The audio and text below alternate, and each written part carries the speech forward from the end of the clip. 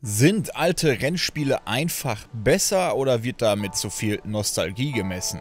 Moderne Rennspiele strugglen momentan ziemlich stark. Sie haben echte Probleme mit ihrem Content oder mit ihrer Qualität an sich.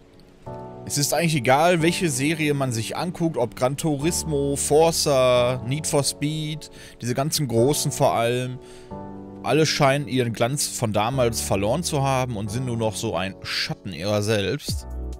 Die frischesten Beispiele dafür sind ja eigentlich so Crew Motorfest und Forza Motorsport. Das sind so die letzten großen Titel, die wir bekommen hatten. Ja, Motorfest wurde ein bisschen mit Forza Horizon gewürzt und struggelt jetzt mit Content, und Forza Motorsport ist einfach ein Totalschaden an sich. Zwar spielt es sich gut, wenn es sich spielen lässt, aber ist total verbuggt. Es fehlen tonnenweise Content.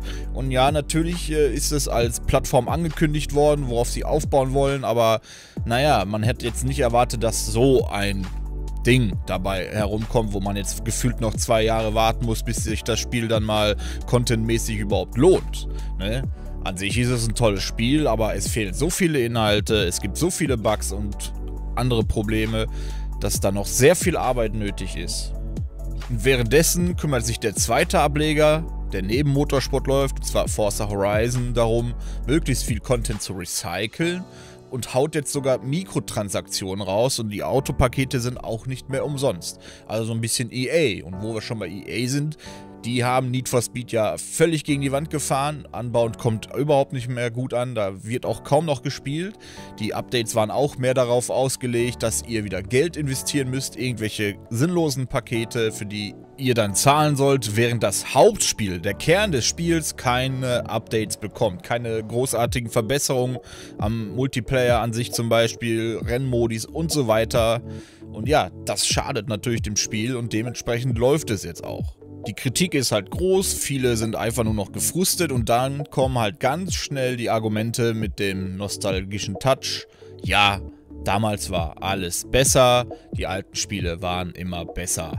Bei Need for Speed ist es zum Teil Underground und Most Wanted. Bei Forza Motorsport sagt man immer, Motorsport 4 ist der Peak gewesen.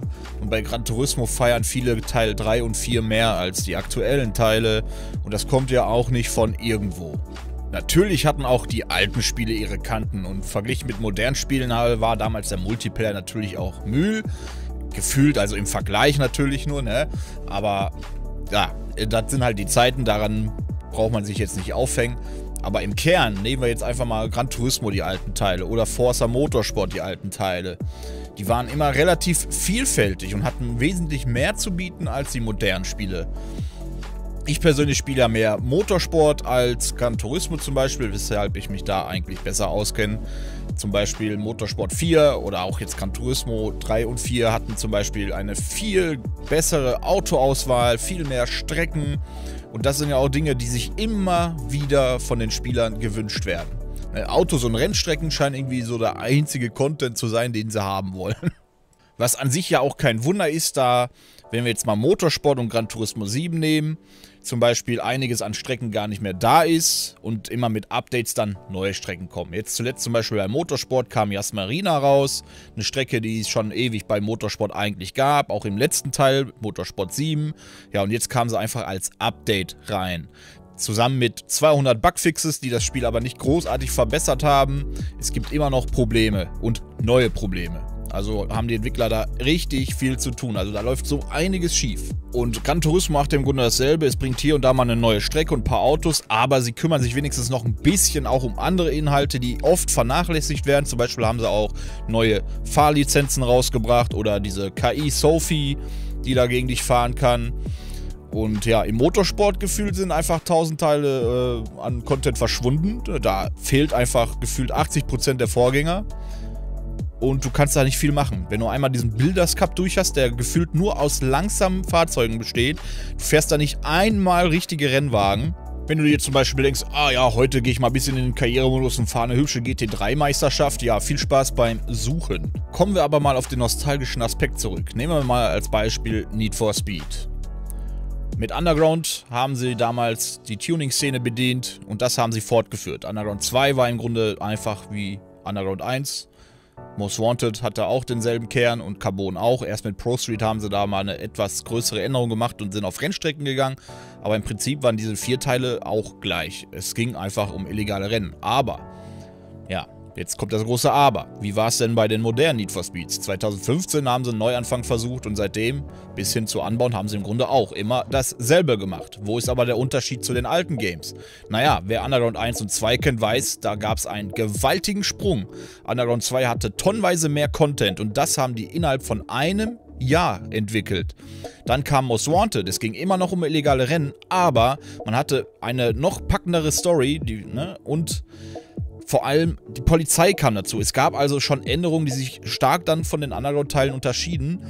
Und das hat einfach gut funktioniert. Man hatte einfach nochmal ein neues Need for Speed, aber es hat sich einfach anders gespielt und dementsprechend einfach Laune gemacht. Ne? Wir haben schon oft über Most Wanted und so weiter geredet.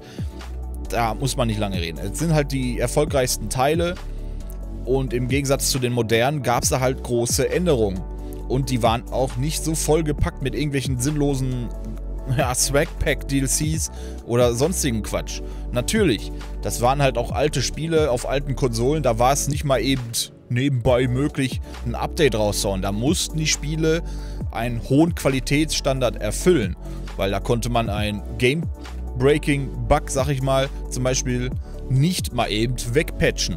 Ne? Wenn die damals eine CD rausgehauen haben, und ja, irgendwo in der Mitte der Story funktioniert das Spiel nicht mehr, ja, dann hätten die ein riesiges Problem gehabt. Und heutzutage dagegen kommen die Spiele gefühlt unfertig heraus und werden dann erst Stück für Stück fertig gepatcht. Und ja, das lässt sich ein bisschen auf Bequemlichkeit wahrscheinlich zurückführen, ne, weil sie halt wissen, ja, wir können ja Patches nachreichen und so weiter. Und ja, Motorsport, wie gesagt, ist da ein sehr gutes Beispiel. Und Need for Speed von 2015 zum Beispiel war ja eigentlich perfekt. Fast. Eigentlich war das Spiel ziemlich gut, nur sie haben es bei dem Handling verkackt. Und daran wurde auch nichts mehr geändert, nicht mal bei den Nachfolgern. Payback, Heat und Unbound hatten zum Beispiel dasselbe Handling, genauso eine Katastrophe. Heat kam zwar noch ganz gut weg bei der ganzen Sache, aber sie haben halt nichts geändert. Es ist ein bisschen so, als würde der Entwickler sagen, ja, haltet doch einfach die Schnauze und kauft das Spiel. Ne? Interessiert uns doch nicht, was ihr euch da wünscht. Ich meine, schon 2015 war das Geschrei groß, was das Handling angeht und ja, warum ändert man daran nichts? Es ist eine Frage, die man einfach nicht beantworten kann, weil man einfach nicht nachvollziehen kann, warum EA da nichts gemacht hat. Oft kommt ja die Aussage, ja, die Spieler haben jetzt heutzutage alle so viele Ansprüche und so viele verschiedene Ansprüche und durch diese Masse an Kritik und so weiter kann man sich ja nicht durcharbeiten, um dann ein besseres Spiel zu machen. Warum nicht? Andere schaffen es ja auch. Warum geht es bei Rennspielen nicht? Das ist irgendwie eine ganz doofe Ausrede meiner Meinung nach. Und viele fragen sich ja dann auch, warum machen sie dann nicht einfach wieder die alten Teile, ne? Ich meine, so ein Most Wanted zum Beispiel wird immer gerne als Boxhandschuh benutzt, um auf die neuen Spiele einzuprügeln. Und ja, sollte man einfach die alten Games kopieren und das nochmal versuchen? Ja, eigentlich nicht unbedingt. Es geht ja nicht darum, dass wir unbedingt das Alte genau so wie es war wieder haben wollen.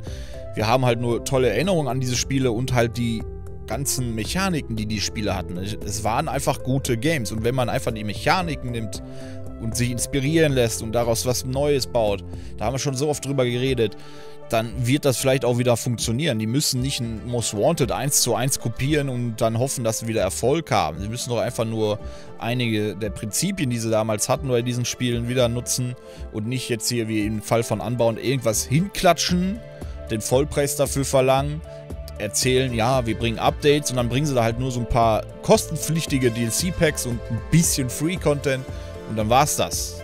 Und das Spiel an sich lockt die Spieler halt nicht, ne? Keiner hat Bock drauf und ja, ein paar neue Kleidungsstücke ändern da auch nichts dran, ne? Ich meine, schön stelle ich mir das als Entwickler auch nicht vor, wenn man sich dann doch durch Kommentare von irgendwelchen YouTubern kämpft, die da mal so ein Review oder so gemacht haben. Da treffen halt auch viele Meinungen aufeinander. Die einen sind da ganz neutral unterwegs und sagen, ja, warten wir mal ab, ne, wenn euch da nicht, ne, dann ist das halt so. Die anderen sagen, ja, ist perfekt das Spiel. Die anderen sagen, ah, nee, der totale Müll. Und dann sind da nochmal andere, die sich sofort gegeneinander, ja, untereinander prügeln gefühlt in den Kommentaren, die komplett ohne Sinn sich wegdissen und alles verteufeln sofort, was gesagt wurde, als wenn man den irgendwie den Schnuller weggenommen hätte, ne? Oder wenn ich dann da als Entwickler sitze, dann denke ich mir auch so, joa, toll, und jetzt? Ja, da bleibt den Entwicklern ja eigentlich fast nichts mehr übrig, als sich einfach weiterhin auf das zu fokussieren, was sie zuletzt gemacht haben. Und dann kommt halt immer derselbe Brei dabei heraus. Nehmen wir auch mal als Beispiel Horizon 4 und 5. Als der Horizon 5 Trailer kam, war ich ein bisschen gehypt, aber ja, ich dachte mir auch so, okay, ja, ist im Grunde Horizon 4 auf einer neuen Map. Mehr nicht. Und mittlerweile hat Horizon 5 auch so einen Punkt erreicht, wo es mir aus den Ohren herauskommt schon, denn ich spiele jeden Donnerstag live mit der Community die Season durch. Und ja, die Map, die macht einen einfach müde auf Dauer. Ne? Da ist einfach halt nichts Besonderes mehr zu erleben. Sie besteht größtenteils nur aus Brachland, keine größeren Städte oder so. Und ja, im Grunde nichts anderes als wie in den letzten Teilen. Ich meine, ich will das nicht schlecht reden, sonst würde ich es ja auch nicht spielen. Natürlich liebe ich das Franchise immer noch. Und ja, es hat sich halt viel getan seit Teil 1. Und Teil 1 war halt nochmal ganz anders. Du hattest da irgendwelche Gegner, die fast wie in Most Wanted waren. Ja, du hattest da halt wirklich Rivalen und so weiter. In Horizon 2, ja, da hieß es schon nur noch, du fährst zwischen irgendwelchen Festival-Stützpunkten hin und her. Da wurde es ein bisschen eintöniger. In Teil 3 war die Map eigentlich auch noch ganz cool. Also ich fand die ersten 3 Teile map-technisch echt genial. Vor allem Teil 2 und 3 haben meiner Meinung nach die besten Maps. Ja, in Teil 4 war es dann so, ja, mit Großbritannien relativ eintönig, viel Brachland halt, ne, vor allem auch für ihre Offroad-Rennen und in Teil 5 halt genauso, nur ein bisschen trockener. Da gab es auch keine Season mehr jetzt, ne, Herbst, Sommer, Frühling, Winter unterscheiden sich da nicht großartig, außer dass es dann zu einer Jahreszeit mal ein bisschen mehr regnet, ja. Und das Ganze wirkt dann halt auf Dauer und wir wissen ja auch nicht, wie lange wir damit noch leben müssen. Da ist ein bisschen langweilig, auch wenn es hart klingt. Und da kommt dann erschwerend halt noch hinzu, dass sie viel recyceln. Zum Beispiel ihre Updates. Hot Wheels war aus Teil 3 und das Rally DLC im Grunde aus Teil 1. Okay, besser als gar nichts, aber jetzt auch nichts wirklich Neues. Aber man muss natürlich auch sagen, nicht nur meckern, Horizon 5 bemüht sich schon, neue Sachen zu bringen. Sie haben den Event Lab verbessert, jetzt haben sie neue Rennstrecken gebracht. Also immer, hin und wieder kommen da wirklich schon ein paar kleine Highlights. Aber ich persönlich werfe auch immer schon so ein kleines Auge auf die Zukunft und frage mich, was könnte uns denn zum Beispiel in einem Horizon 6 erwarten? Ja, wenn da wieder irgendeine Map kommt, die aussieht wie Mexiko, ne? Ziemlich karg und langweilig. Ich weiß nicht, ob ich das nochmal aushalte. 2, 3, 4 Jahre, je nachdem, ob Horizon danach überhaupt noch fortgeführt wird. Was ich damit sagen will, ist, dass da einfach mal die große Abwechslung fehlt. Aber gut, jetzt haben wir uns ein bisschen viel über Horizon unterhalten. Es trifft aber halt auch auf andere Spiele zu. Wie gesagt, Need for Speed hat da einen Weg eingeschlagen ab 2015 und nicht viel dran geändert. Klar, haben auch die hier und da ein paar neue Sachen reingebracht. Aber es hält die Spieler halt trotzdem nicht beim Spiel, sieht man an Unbound. Und Motorsport ist jetzt auch wieder so ein Paradebeispiel, wo einfach so viel weg ist. Und ja, da wird wahrscheinlich noch so viel kommen. Aber wann ist die Frage? Und schadet man dem Spiel bis dahin nicht? Der Weg dorthin ist halt kein kleiner oder kurzer Weg. Es dauert ein bisschen und viele verlieren bis dahin einfach die Lust an dem Franchise. Man bemüht sich halt auch nicht, die große Abwechslung zu bieten. Die Spieler sind meistens dazu gedrungen, immer nur 1 oder 2 Events zu fahren. Nehmen wir mal zum Beispiel so Crew Motorfest. Das ist einfach das Paradebeispiel schlechthin. Dieses Spiel ist so gestreckt von der Spielzeit her, nur durch Grinding, dass die meisten Spieler immer nur dieselben Sachen machen. Entweder sie spulen hin und her an irgendwelchen Flucht-Events oder Radarfallen oder fahren das ein und das andere Event immer wieder und wieder, weil dies halt am effektivsten ist, das bringt am schnellsten Geld und EP und der ganze Rest vom Spiel bleibt liegen. Ne? Die Spieler suchen sich mittlerweile immer die kürzeste und effektivste Art und Weise, das Spiel zu spielen, um schnell irgendwelchen Fortschritt zu haben. Nochmal ein gutes Beispiel, leider schon wieder Motorsport. Ich weiß, ich klinge wie der größte Hater von dem Spiel, aber so ist es eigentlich nicht. Aber ihr werdet es wissen, man kann dort das Auto jetzt mittlerweile komplett alleine fahren lassen, da man mittlerweile auch das Gas geben automatisieren kann. Ja, und die meisten, was machen sie? Die lassen einfach die Autos hunderte Runden über Le Mans oder so fahren, leveln die damit auf Level 50, dann haben sie Level und EP gemacht und ja, ist das der Sinn dahinter? Sollte das jetzt die Zukunft sein? Wofür kaufe ich mir das Spiel jetzt eigentlich noch? Ich bin jetzt hier keine Doppelmoralkeule. Ich habe das auch gemacht mit einem Haufen JDMs, ne, weil ich die einfach haben wollte. Denn es frisst einfach so viel Zeit, die Autos zu leveln. Dein Geld bringt dir halt nichts mehr. Du kannst damit eigentlich nur noch Autos kaufen, aber nicht tunen. Du musst halt jeden Wagen erstmal stundenlang fahren. Die haben zwar schon die Teile gesenkt, ne? Bis Level 25 schaltest du alles frei größtenteils, aber dir fehlen immer noch die Punkte dazu. Deshalb musst du weiter leveln. Also es bringt mir nichts, die Teile freigeschaltet zu haben, wenn ich sie nicht verbauen kann. Ja, und deswegen gönnt man sich dann halt einfach so ein Autodrive, ne? Ich mach's mittlerweile nicht mehr. Ich habe mir da 10, 15 Autos hochleveln lassen mit automatischem Fahren, so JDMs, die ich unbedingt haben wollte. Und ja, damit bin ich glücklich. Den Rest, den fahre ich dann so nebenbei immer, ne? Ganz normal. Ja, und diese Gefühle hatte ich bei den alten Spielen halt damals nicht. Da hat es irgendwie durchgehend Spaß gemacht, Fortschritt zu erlangen, die verschiedenen Events zu fahren, ne? Egal ob jetzt ein Gran Turismo oder so weiter, da hat es Spaß gemacht, auf vielen verschiedenen Rennstrecken zu fahren, immer wieder andere Autos und so weiter. So, Gegenteil, jetzt Forza Motorsport, Builders Cup, immer dasselbe auf denselben Strecken mit langsamen Autos. Oder Need for Speed. In Unbound, ja, das spielst du einmal durch, gar keinen Bock mehr. In Most Wanted, da hat es einfach Spaß gemacht. Du hattest da verschiedene Gegner. Jeder hatte seine eigenen Rennevents und alles. Da hat es einfach Laune gemacht. Das war einfach im Gesamtpaket so viel besser. Und zu dieser Rezeptur müssen die Entwickler einfach irgendwie wieder zurückkommen. Sie müssen den Spielern einfach mehr bieten. Und vor allem es so verpacken, dass die Spieler nicht auf die Ideen kommen, irgendwie, oh, das bringt mir doch alles nichts, da fahre ich lieber das eine Event die ganze Zeit, das mir den meisten Erfolg verspricht.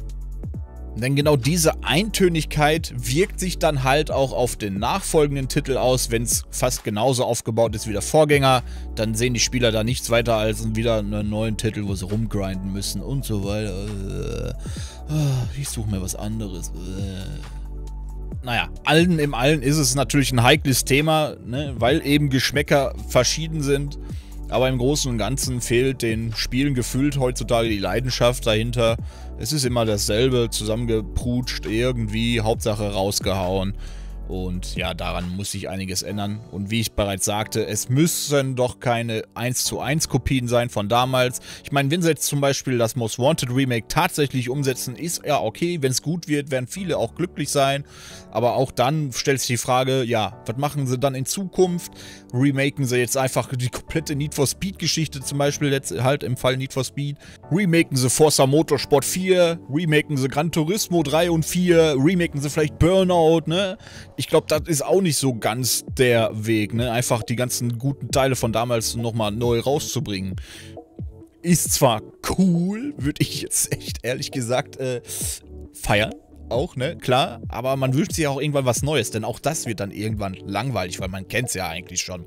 Das ist ein geiler, nostalgischer, ja, Rausch, könnte man sagen, aber auch der würde dann irgendwann abflachen und dann heißt es, ja, die remaken ja nur ihre alten Games und machen nichts Neues mehr. Denn genau so funktioniert der Mensch, glaube ich. Und ja, das wird dann irgendwann auch nach hinten losgehen. Oder nehmen sie dann einfach mal diese ganzen Dinger, die damals richtig gut funktioniert haben und verpacken die einfach neu und gebündelt in einem richtigen Kracher. Aber na gut, alles in allem ist es halt ein wirklich schwieriges Thema. Ne, was sollen die Entwickler jetzt machen? Was ist richtig, was ist falsch? Ist immer schwer, auf jeden Fall. Aber ja, schreibt mal gerne eure Gedanken dazu in die Kommentare, was ihr davon haltet. Mit den, was momentan mit den Spielen abgeht, allgemein. Und was ihr euch wünschen würdet. Lieber einfach alles remaken oder die guten Dinge aus den alten Teilen zusammen in einem neuen, genialen Spiel kombinieren. Ich bin dann raus an der Stelle. Lasst gerne ein Like da, abonnieren nicht vergessen, wenn ihr das noch nicht getan habt. Und wir sehen uns im nächsten Video. Vielen Dank und auf Wiedersehen.